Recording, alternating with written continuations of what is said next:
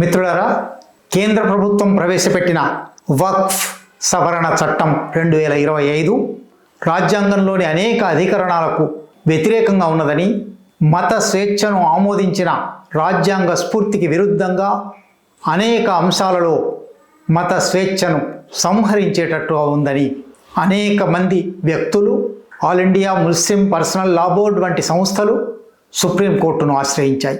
ఈ చట్టాన్ని వక్ఫ్ సవరణ చట్టం 2025 రాజ్యాంగ వ్యతిరేకమైన అంశాలు అనేకం ఉన్నందువల్ల దీని మీద స్టే ఇవ్వండి అని సుప్రీంకోర్టుకు వెళ్ళాయి. సుప్రీంకోర్టులో విచారణ జరిగి అన్ని వైపుల వాదనలు విన్న తర్వాత ఇంకా తుది తీర్పు రాలేదు. కానీ సుప్రీంకోర్టు ధర్మాసనం ఇప్పటికీ ఒక తాత్కాలిక మధ్యంతర ఉత్తర్వులు ఇచ్చింది. Justice B R Gavai, justice A G Masih ఇద్దరి ద్విసభ్య ధర్మాసనం ఇప్పటికైతే ఈ చట్టంలోని కొన్ని సెక్షన్ల మీద స్టే విధించింది. మొత్తం చట్టాన్ని స్టే విధించడం సాధ్యం కాదు అని చెప్పింది. ఈ తీర్పు రాజ్యాంగబద్ధంగా ఉందా, రాజ్యాంగ వ్యతిరేకంగా ఉందా?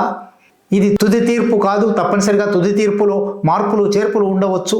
కానీ ఇప్పటి వరకు ఇచ్చిన మధ్యంతర తీర్పు అయినా దిశ ఎట్లా ఉంది అని అర్థం చేసుకోవాల్సి ఉంది. మొట్టమొదటిది, ఈ చట్టం మీద పూర్తి స్థాయి స్టే విధించలేము అని సుప్రీంకోర్టు నిరాకరించింది. ఈ నిరాకరించడానికి వాళ్ళు చెప్పిన కారణం రేరెస్ట్ ఆఫ్ రేర్, అరుదైన వాటిలోకెల్లా అరుదైన సందర్భాలలో మాత్రమే ప్రభుత్వం చేసిన, చట్టసభలు చేసిన ఒక చట్టాన్ని, ఒక శాసనాన్ని ఆపివేయడము, రద్దు చేయడము రేరెస్ట్ ఆఫ్ రేర్ కేసులలో మాత్రమే జరుగుతుంది. ఇది అటువంటి రేరెస్ట్ ఆఫ్ రేర్ అనుకోవడం లేదు అని సుప్రీంకోర్టు అంది. రాజ్యాంగంలోని అనేక అధికరణాల ఉల్లంఘన స్పష్టంగా కనబడుతున్న తర్వాత ఇది రేరెస్ట్ అవునా కాదా అని తేల్చడం కేవలం వ్యక్తిగత అభిప్రాయమే తప్ప రాజ్యాంగబద్ధ అభిప్రాయం కాదు. అక్కడితో కూడా ఆగకుండా సుప్రీంకోర్టు ధర్మాసనం ప్రజాస్వామికంగా ఎన్నికైన ప్రభుత్వం కొన్ని చట్టాలు చేసినప్పుడు అవి రాజ్యాంగబద్ధమైనవనే అనుకోవాలి అనే మాట కూడా అంది. ఇది హాస్యాస్పదమైన మాట.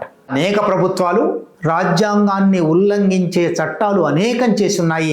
ఒకసారి ఎన్నికైన ప్రభుత్వం ఏ పని చేసినా రాజ్యాంగబద్ధంగా చేసినట్టే అని సుప్రీంకోర్టు అనడం అంటే ప్రభుత్వాలు ఏమి చేసినా ప్రశ్నించడానికి వీల్లేదు, రాజ్యాంగబద్ధంగా ఉన్నాయా లేదా అని సమీక్షించడానికి, పరిశీలించడానికి వీల్లేదు అని చెప్పడమే. సుప్రీంకోర్టు మధ్యంతర తీర్పులో ఉన్న ఒక వాస్తవికమైన అంశం, రాజ్యాంగబద్ధమైన అంశం గురించి చెప్పాలి. అది చట్టంలో ఏముందంటే, వక్ఫ్కు ప్రభుత్వానికి ఫలానా ఆస్తి, ఫలానా భూమి వక్ఫ్కు చెందుతుందా లేదా అనే వివాదం వస్తే దాని తీర్పరి ప్రభుత్వాధికారి అని చట్టంలో ఉంది. ఏ ఇద్దరి మధ్యనైనా వివాదం వచ్చినప్పుడు వారిలో ఒకరు తీర్పరి అవుతారు అని చెప్పడం సహజ న్యాయ సూత్రాలకు వ్యతిరేకం, మామూలు ఇంగిత జ్ఞానానికి వ్యతిరేకం. ఒక ఇద్దరి మధ్య వివాదం వచ్చిందంటే ఆ ఇద్దరిలో ఒకరు తీర్పరి ఎట్లా అవుతారు? మూడో వారు తీర్పరి కావాలి. కానీ చట్టం ఏం చేసిందంటే, అది వక్ఫ్ ఆస్త్యా లేక ప్రభుత్వ ఆస్త్యా అని వివాదం వచ్చినప్పుడు అంతిమ తీర్పు ప్రభుత్వాధికారి చేస్తాడు, కలెక్టర్ చేస్తాడు అని చట్టంలో రాసి ఉన్నారు. ఈ మధ్యంతర ఉత్తర్వు ప్రభుత్వాధికారిదే అంతిమ నిర్ణయం అనే సెక్షన్ను ఇప్పటికైతే స్టే విధించింది. స్టే విధించి ట్రిబ్యునల్లు కానీ హైకోర్టు కానీ మాత్రమే ఆ వివాదాలను పరిష్కరించవలసి ఉంటుంది అని అన్నది. మొత్తం సుప్రీంకోర్టు మధ్యంతర తీర్పులో రాజ్యాంగబద్ధమైన నిర్ణయం ఏదైనా ఉందంటే ఇది మాత్రమే. ఇది కాకుండా ఇంకొక 3 ప్రధానమైన అంశాలు ఉన్నాయి. ఈ ప్రధానమైన అంశాలలో సుప్రీంకోర్టు ఎట్లా ప్రవర్తించిందో చూస్తే ఆశ్చర్యం వేస్తుంది. ఒక అంశం, కేంద్ర స్థాయిలో సెంట్రల్ వక్ఫ్ కౌన్సిల్ అని ఉంటుంది, రాష్ట్ర స్థాయిలో స్టేట్ వక్ఫ్ బోర్డ్ అని ఉంటుంది. ఈ వక్ఫ్ బోర్డులోనూ ఈ వక్ఫ్ కౌన్సిల్లోనూ ఎవరు సభ్యులు ఉండాలి, ఎంతమంది సభ్యులు ఉండాలి, అందులో ఇతర మతాల వాళ్ళు ఉండొచ్చునా అని చాలా చర్చ జరుగుతున్నది.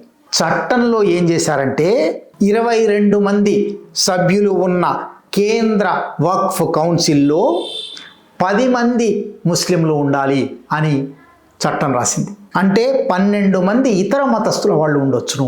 అట్లాగే స్టేట్ వక్ఫ్ బోర్డులో 11 మంది సభ్యులు ఉంటారు, అందులో 4 ముస్లింలై ఉండాలి అని చట్టం రాసింది.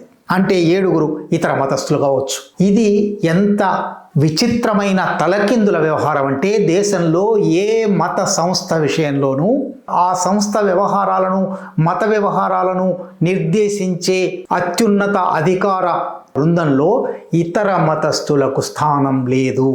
హిందూ మత సంస్థలు, క్రైస్తవ మత సంస్థలు, బౌద్ధ మత సంస్థలు, జైన మత సంస్థలు, అన్ని మతాల సంస్థలు కూడా ఆయా మతాలకు చెందిన వారితో మాత్రమే ఉంటాయి. రాజ్యాంగంలోని అధికరణం 26 ఒక మతానికి చెందిన సంస్థలను ఆ మతానికి చెందిన వారే నిర్దేశించాలి అని స్పష్టంగా చెప్పి ఉన్నది. ఈ రాజ్యాంగ అధికరణం 26ను ఉల్లంఘిస్తూ ఈ చట్టం తయారైంది. ఈ చట్టంలో రాజ్యాంగ వ్యతిరేకమైన అంశాన్ని రద్దు చేయాలి, కొట్టివేయాలి, కనీసం స్టే ఇవ్వాలి అని అనేక మంది వెళ్తే సుప్రీంకోర్టు ఇప్పుడు దాన్ని పూర్తిగా కొట్టివేసే బదులు 20 మంది సెంట్రల్ వక్ఫ్ కౌన్సిల్లో 4 కన్నా ఎక్కువ ముస్లిమేతరులు ఉండకూడదు అని ఒక సూచన చేసింది. అట్లాగే వక్ఫ్ బోర్డులలో 7 సభ్యులలో 3 కన్నా ఎక్కువ ముస్లిమేతరులు ఉండకూడదు అని చేసింది. ఇది దేశంలో కందిరీగల తుట్టెను లేపబోతుంది. రేపటి నుంచి ఇతర మత సంస్థలలో ఆ మతేతరులను సభ్యులుగా చేరుస్తారా? ఎంతమందిని చేరుస్తారు? చట్టమేమో ఒకవైపు ముస్లిం మత సంస్థలలో వక్ఫ్ బోర్డులలో ముస్లింలు మైనారిటీలు అయిపోయేటట్టుగా ఒక చట్టం చేసింది.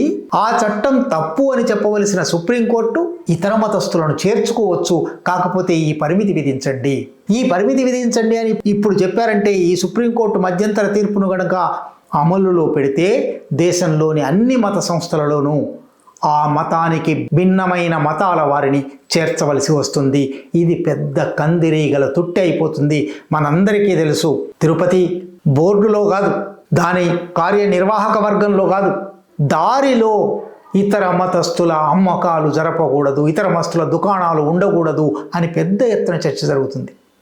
ఇక్కడ ఈ చట్టమేమో ఒక మత సంస్థలో నిర్ణయాధికారంలో ఇతర మతస్థులు ఉండవచ్చును అని చట్టం రాసింది. ఇతర మతస్థులు ఏ సంఖ్యలో ఉండవచ్చును అని సుప్రీంకోర్టు చెప్తుంది. ఇది పూర్తిగా రాజ్యాంగ వ్యతిరేకమైన అంశం. చట్టము రాజ్యాంగ వ్యతిరేకం, దాన్ని రాజ్యాంగ వ్యతిరేకమని చెప్పి కొట్టివేయవలసిన సుప్రీంకోర్టు కొట్టివేయకుండా ఒక పరిమితి విధించడం కూడా రాజ్యాంగ వ్యతిరేకము. మోడీ ప్రభుత్వం ముఖ్యంగా ముస్లిం మత సంస్థలకు ఇవ్వదలుచుకున్న దిశను సుప్రీంకోర్టు ఆమోదించినట్టు అవుతుంది. అది మాత్రమే కాకుండా ఇంకొక అంశం ఉంది. ముస్లిం వక్ఫ్ ఆస్తులుగా ఎవరైనా ఇవ్వచ్చు. నిజానికి రాజ్యాంగ ప్రకారం రాజ్యాంగంలోని అధికరణం 300 ఎవరైనా తమ ఆస్తిని ఎవరికైనా దానం చేయొచ్చు అని చెప్తుంది. వక్ఫ్కు ముస్లిమేతరులు దానం చేసిన ఆస్తులు ఉన్నాయి. రాజులు దానం చేసినవి ఉన్నాయి, లేదా ధర్మదాతలు దానం చేసినవి ఉన్నాయి. అటువంటి దానం చేసిన ఆస్తులలో ఇప్పుడు కొత్త చట్టం వాళ్ళు తప్పకుండా 5 సంవత్సరాలు ఇస్లాంను ఆమోదించిన వాళ్ళైతే మాత్రమే ఆ ఆస్తిని దానం చేసే అర్హత వస్తుంది అని కొత్త చట్టం తెచ్చారు. ఇది రాజ్యాంగంలోని అధికరణం 15 మతం ఆధారంగా ఎవరి పట్ల వివక్ష చూపకూడదు అనే అధికరణం 15కు వ్యతిరేకం. ఎవరి ఆస్తి అయినా వాళ్లకు తోచినట్టుగా ఎవరికైనా దానం చేసుకోవచ్చు అని చెప్పే అధికరణం 300కు వ్యతిరేకం. కానీ సుప్రీంకోర్టు దీని మీద దాదాపుగా చట్టం చెబుతున్న వాదనను ఆమోదించి దాన్ని కొనసాగిస్తూ కేవలం ఒక సూచన ఏం చేసిందంటే 5 సంవత్సరాల ఇస్లాం ఆచారాలను పాటించడం అనేది మాత్రమే రాజ్యాంగ వ్యతిరేకం అని చెప్పింది. అది కూడా ఆయా రాష్ట్ర ప్రభుత్వాలు ఇందుకు సంబంధించిన నిబంధనలు తయారు చేసే వరకు ఇది రాజ్యాంగ వ్యతిరేకంగా భావిస్తున్నాము అని చెప్పింది. రేపు రాష్ట్ర ప్రభుత్వాలు నిబంధనలు తయారు చేసే క్రమంలో దీన్ని దాటవేయడానికి ఏదైనా మార్పులు చేర్పులు చేయవచ్చు. 3వ అంశం, వక్ఫ్ తప్పనిసరిగా రిజిస్టర్ అయి ఉండాలి, నమోదై ఉండాలి అని చట్టం ఒక కొత్త నిబంధన ప్రవేశపెట్టింది. మూలదాత ఎవరో, వారి పేరేమిటి, వారు ఏ తేదీన ఇది దానం చేశారు, అది రికార్డ్ అయి ఉంటేనే దాన్ని వక్ఫ్గా గుర్తిస్తాము. వక్ఫ్ ఆస్తులు 300 ఏళ్ళు 500 ఏళ్లుగా దానంలోకి వచ్చున్నాయి. 300 ఏళ్ల కింద 500 ఏళ్ల కింద ఇంత పకడ్బందీ నమోదు కార్యక్రమం, రిజిస్ట్రేషన్ కార్యక్రమం లేదు. అందువల్ల పాత వక్ఫ్ ఆస్తులన్నీ రిజిస్టర్ కాలేదు కాబట్టి ఇవి వక్ఫ్ ఆస్తులు కావు, ఇవి ప్రభుత్వ ఆస్తులే అని చెప్పడానికి ప్రభుత్వం ఒక అవకాశాన్ని ఈ చట్టం ద్వారా తీసుకుంది. ఒకవేళ అట్లా వాళ్ళు రుజువులు చూపెట్టలేకపోతే ఆ ముస్లిం మత సంస్థకు, వక్ఫ్ సంస్థకు ముతావలి అని ఉంటారు, అధికారం నిర్వహించేవారు, ఆ ముతావలీల మీద శిక్ష విధించవచ్చు, విచారించవచ్చు అని కూడా చట్టం చెప్పింది. దీన్ని సుప్రీంకోర్టు ఇంకా కొట్టివేయలేదు, స్టే ఇవ్వలేదు, కానీ తుది తీర్పు వచ్చేటప్పుడు ఈ అంశాన్ని పరిశీలిస్తాము అన్నది. అంటే రాజ్యాంగ వ్యతిరేక అంశాలను ఆపి ఉండవలసిన మధ్యంతర తీర్పు ఆ పని చేయలేదు. ఇంకా తుది తీర్పు రావాల్సే ఉంది.